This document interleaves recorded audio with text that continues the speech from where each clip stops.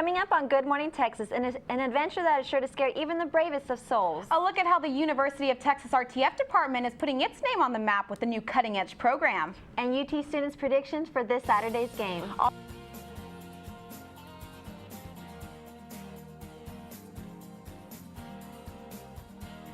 Good morning, Texas. I'm Priscilla Patterson. And I'm Leslie Adamy. Here in the studio with us is weather anchor Sandy Marin. Hi. And news anchor Cassandra Jaramillo. Hi. Welcome, guys. Thank you. This past week, A&M has announced they have surpassed their fundraising goals and have beaten the University of Texas. They announced they've raised $700 million, which is $300 million more than they raised last year and $334 million more than the University of Texas has raised. A&M says they contribute the success to their fundraising efforts to that of their consistently winning football team and their Heisman winner Johnny Manziel. With UT's football performance lagging, many questions about UT's fundraising efforts for their next fiscal year have been raised. So, Priscilla, what do you think of now? You know, we've always been kind of like on the up and up on A&M. No, I definitely think we've always had the upper hand, and I'm pretty sure Cassandra can agree with me. Our friends that go to A&M, they've always, we've always had the upper hand, and now it feels like they have the upper hand. And I'm tired of getting made fun of. Like, I don't like that. I'm so competitive, and I don't even play on the football team. Definitely feels like tables have turned. Yeah. Sure. So exciting news for some of Austin's culinary and foodie world. Another health food chain is making its way to Austin this Friday. Trader Joe's, the California-based grocery store, is opening up its first location in Central Texas near downtown Austin.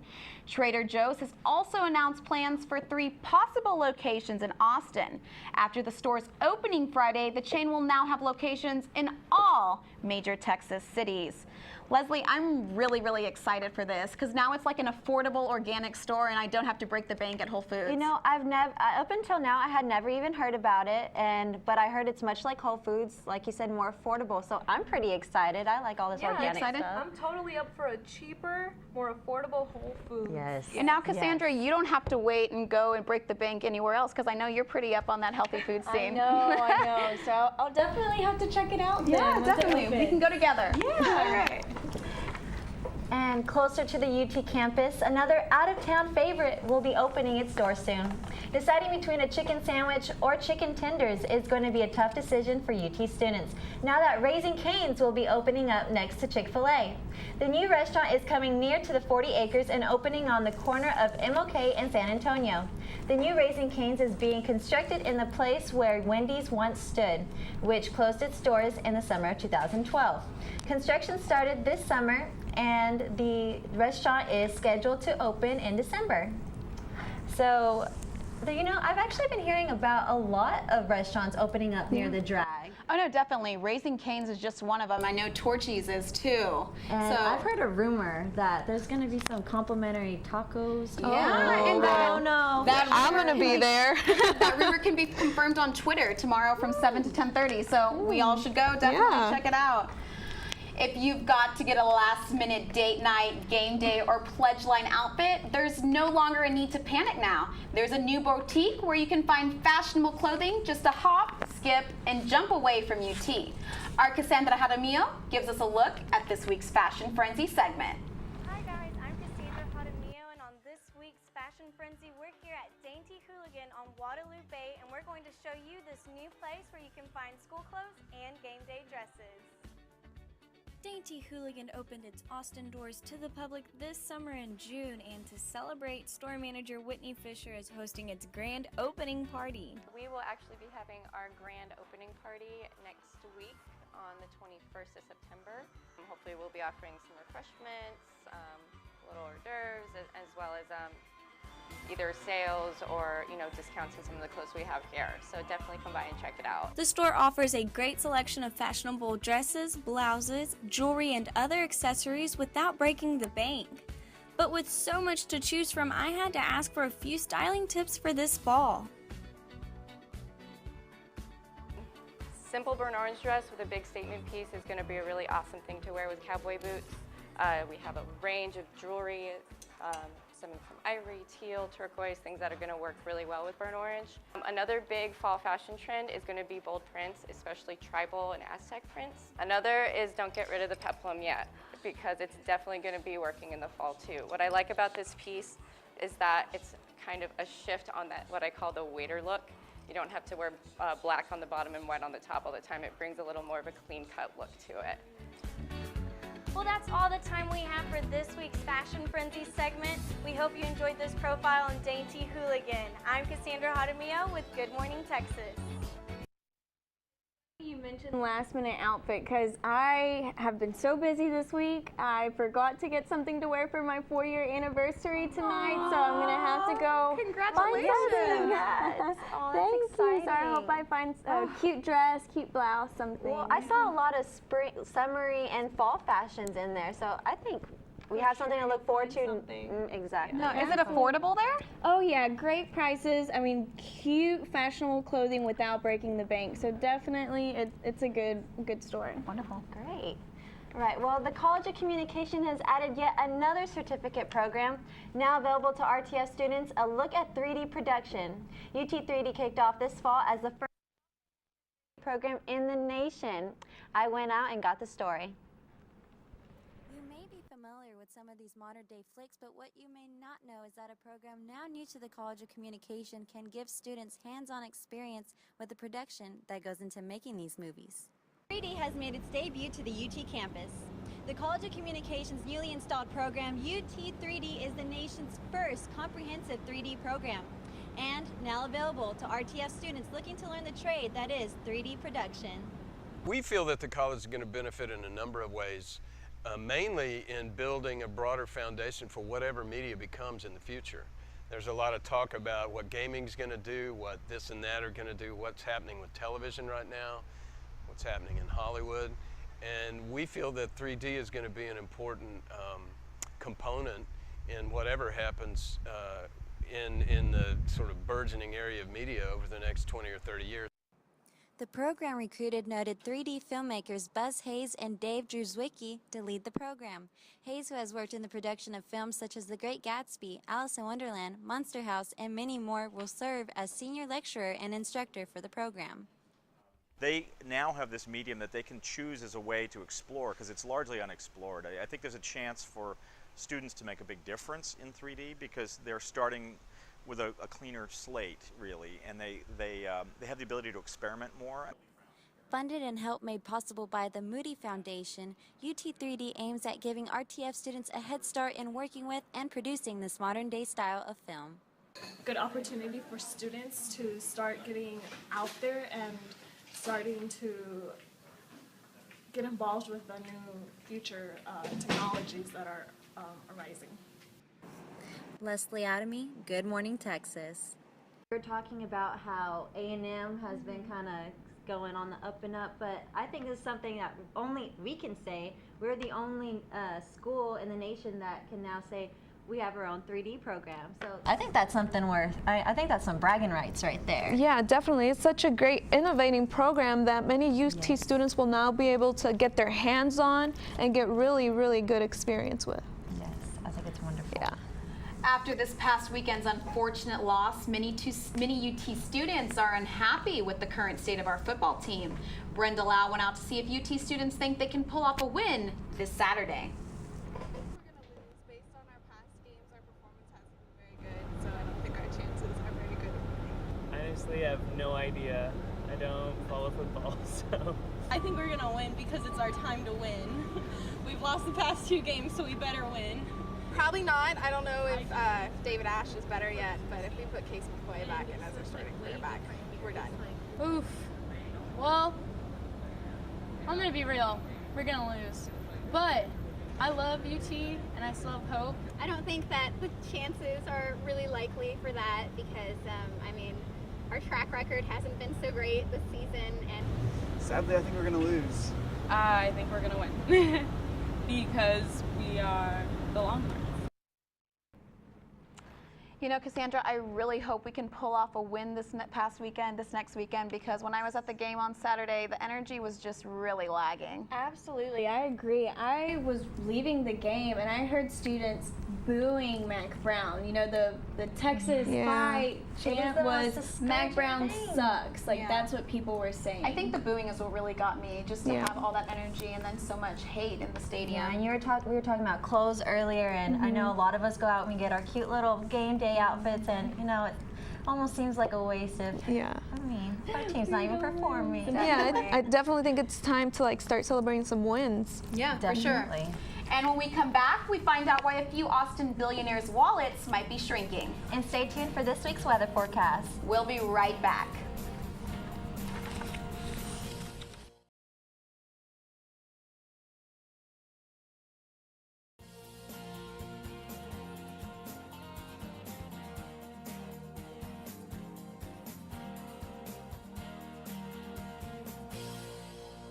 Welcome back, and now for your local Austin news, here we are with Cassandra Jaramillo. Thank you, Leslie. Yes, and after much controversy and even protest, the Austin Aquarium is back in business after the City of Austin issued a stop work order last week. Vince Cavino is the aquarium owner, and he has received 2 strikes already from the City of Austin.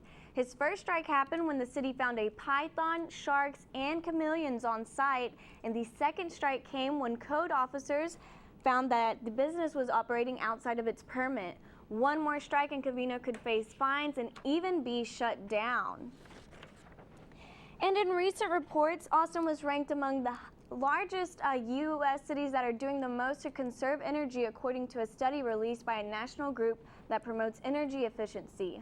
Austin was ranked 6th behind Boston, Portland, New York City, San Francisco, and Seattle. The local government's energy initiatives have had a great influence on energy cost savings.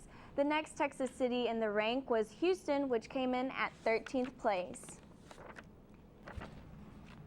And the City of Austin may be saving energy, but certain Austinites are losing some money. Austin's 2 billionaire residents, Michael Dell and John Paul DeJoria, have fallen slightly on the annual Forbes magazine list of the 400 richest Americans. Michael Dell, whose estimated net worth is $15.9 billion, slipped from number 2 to number 25. And the hair products and tequila entrepreneur DeJoria has an estimated net worth of $4 billion. In 2012, he was number 92, and he has fallen to number 110 this year. A total of 41 Texas residents made the Forbes Top 400 list. You know, Cassandra, it's really hard to believe there's so many billionaires in Texas, let alone Austin. I know, 10% to be definitely around the dot, yeah. Right, and speaking of crazy, Sandy, this weather, it's been rainy, hot, cold, it's very hormonal. Is there any good news for us? Well, I don't know if I have good news for you. Austin has received some scattered showers at the beginning of the week due to Hurricane Ingrid, which brought flooding, rain, and gusty winds to most of South Texas. But as for Austin, expect thunderstorms this week. Temperatures will remain in the low to mid 90s and a low of 76, with sunny skies and some isolated showers after 1 p.m. If you've been carrying around an umbrella expecting showers with no luck, don't lose hope just yet. Rain is on its way. Tomorrow we have a 50% chance of showers and thunderstorms in the afternoon with a high of 93 and a low of 76. Friday, expect a 60% chance of precipitation with a high of 92 and a low of 74. Don't expect showers this weekend. We will be in the low 90s throughout Saturday with wind speeds between 10 to 15 miles per hour. Sunday will be mostly sunny with a high near 92. Monday and Tuesday will be sunny as well with temperatures in the low 90s. So we've got a rainy week ahead that gives locals a chance to wear rain boots and temperatures in the mid 90s for most of the week with some gusty winds for the weekend. Today will be hot and sunny with 93 degrees. Thanks, Sandy. Now, don't go anywhere, because when we come back, we are going to be talking with one of Austin's most busy and influential people. Stay tuned to see who exactly that is right here on Good Morning Texas.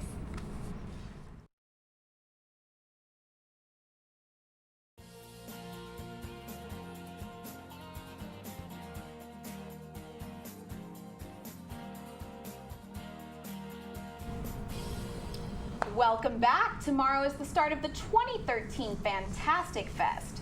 Curious about what Fantastic Fest is? Kian Gass sat down with Tim League, the founder of Fantastic Fest and the Alamo Drafthouse, to see what it's all about. So tell me a little bit about what separates this Fantastic Fest from all other Fantastic Fests in years past. Well, first, we want to program an awesome slate of movies, and that's what we do ever since year one. That's why we started this festival in the first place. Really cool, amazing, mind-blowing action, science fiction, horror, fantasy movies from all over the globe. And I think we've done a really good job this year. I think the lineup is great. So that's one thing. The other thing is this is the first year we've had it at the Lakeline Theater. So this festival was born at the South Lamar Theater, and it's been there for 8 years in a row. But now that there is just a gaping hole in the ground where a theater once was, we had to make other plans. And so my goal was to make sure that people that have been coming for years and years feel like, okay, that was Fantastic Fest, that the venue shift didn't really matter that much. Do you think that the festival will end up going back to South Lamar, or do you think it'll stick around at the Lakeline if it does well? I think it'll go back to South Lamar. That's where its home is, and we're rebuilding the Highball as well. So, you know, by next year we'll be back on home turf. There are so many entities that are involved with making Fantastic Fest what it is. So how did you come to like put all those entities in place to make Fantastic Fest what it is? I mean, what kind of role do they all play into the festival? Well, we started to look, as we started to expand the cinema chain, so we started in Austin. We started with a single location, and we expanded in Austin, now expanded a lot of other places. I started to think of us more than just a cinema, and things like Fantastic Fest and Badass Digest and Mondo all kind of are part of the same brand, if you will. It's all speaking the same language. We're all obsessed with the same type of movies.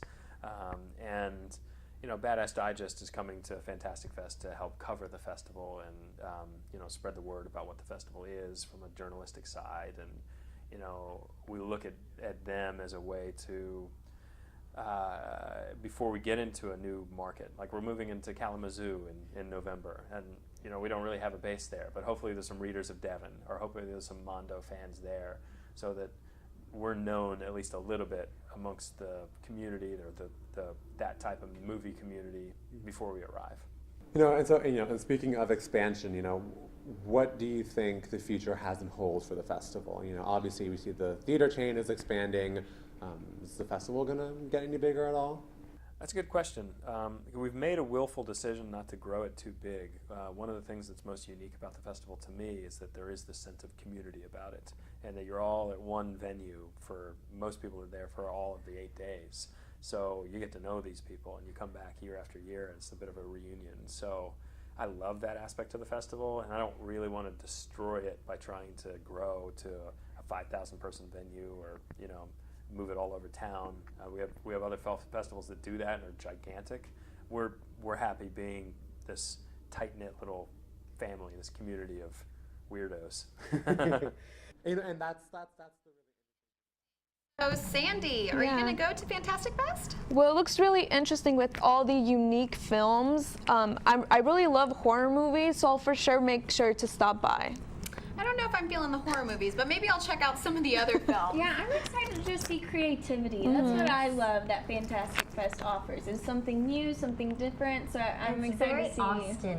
Yes, it's very Austin-y. Especially since it gives the chance to filmmakers who might not actually be seen in, you know, the very immediate. And we'll actually be out there covering it, so stay tuned for next week's episode of Good Morning Texas, and we'll also be tweeting about it. You can follow us at Good Morning TX. Speaking of scary, Priscilla and I went out to the House of Torment. You can see what happened when we come back.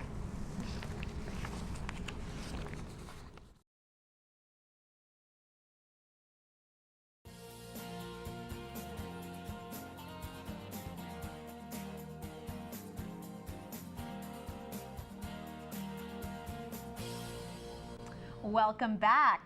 Now Leslie and I will take you for an exclusive tour of the House of Torment. And just a disclaimer to our viewers, it might have you at the edge of your seat. Good morning, Texas. We're here right in the heart of the House of Torment with the co-owner, John Love. He's going to take us around. Come along with us. Main haunted house at the House of Torment called the Blackthorn District. And the story is, inside the Blackthorn District, it was the Blackthorn Asylum. And there was a doctor there named experiments. We've updated more than we've ever updated it, and we added an asylum that we're really excited about. So tell me about this process. You say it's more than just, these months leading up to Halloween. What is it like? What are the steps? What kind of team do you have? Yeah, we have, so on our team we have welders, carpenters, scenic painters, special effect makeup artists, experts in haunted house rigging systems, lighting technicians, sound technicians. I mean, the list just goes on and on. We learned a long time ago how to build movie sets and special effects in these crazy dynamic costumes. And we work with artists in the haunted house industry and in the television and film industry at the highest level to create this high production value haunted house attraction that we're walking through. The House of Torment has really created a name for itself in the haunted house industry, and walking through, there's such an attention to detail. What do you think that attention to detail brings to the haunted house? I think paying attention to detail opens you up to a whole nother demographic of people. In fact, once we started doing this hyper detailed creative process, we noticed that the kids and the teenagers would still come and get scared, but we started seeing older customers that would have their little kids be babysat so they could come out to the haunted house. Where do your inspirations for all these crazy ideas come from? Yeah, a lot of people ask, are you inspired by scary movies? And we are, but we're more inspired by popular culture, television, film, books, comic books, but believe it or not, one of the main things that inspires us is video games. So I just finished the week at UT. I'm coming here with all my friends. We're Right. ready to go. We don't really know what to expect. What is the best advice you can give for us as we go through? I have a few tips for you. Okay. The first off is if you're part of a recreational organization, a social organization, a Greek organization, you should contact our group sales department because we have special rates just for students and just for student organizations. Thank you so much for joining Leslie and I today on our tour of the House of Torment right here in Austin. You can start your tour through the House of Torment beginning this Friday, September 13th from 7 to midnight through November 16th. You can purchase tickets online or at the door. For Good Morning Texas, Priscilla Patterson and Leslie Adamy. So believe it or not, you guys, what we weren't able to get on camera was the fact that Priscilla and I actually had a little 30-second taste of actually being able to go through it and be scared. And I'm going to say those 30 seconds were pretty traumatizing. They were so traumatizing that, in fact, I picked up Leslie as we were going through. I literally picked her up and I slung her around because I thought this man was coming after me, and he had all these green things all over his face, and he was a tree, and I was just, oh my gosh. That's it was just crazy. It was only 30 seconds. Yes. Only 30 seconds. 30 seconds was enough. Of the haunted, yes, just a little taste of the haunted house. And like one of their things is they like to distract you, so they'll put something here and then they'll distract you at a different place, and so there's like this puff of air and then something comes swinging out at you, and I don't even think I could make it through. And actually on those videos, they'll keep track of you and they'll see, oh, that person is like the most scared, like the most nervous, so they'll make sure to come. I would be after an you. easy target. I saw in the video that there's snakes. Yes. Oh no. Anything but snakes. Snakes they just creep me out. It's spiders for me. So have any of y'all ever been through haunted houses? No. I My have. Only Yeah, experience was once. when I was 5 years old. I went to like a house that made a haunted house. Like it was just really amateur. And I left bawling, crying, and I've never been to a haunted house since. That was a bad experience then. Definitely. But like we said in the video, you can start visiting it this Friday, September 13th, September 13th. Oh, yes. And I mean, we're already getting into the Halloween spirit. That's kind of freaky. Yeah, it's definitely freaky. It's still September. But that's it for today. Thanks for tuning in with us, and we hope you have a wonderful Wednesday.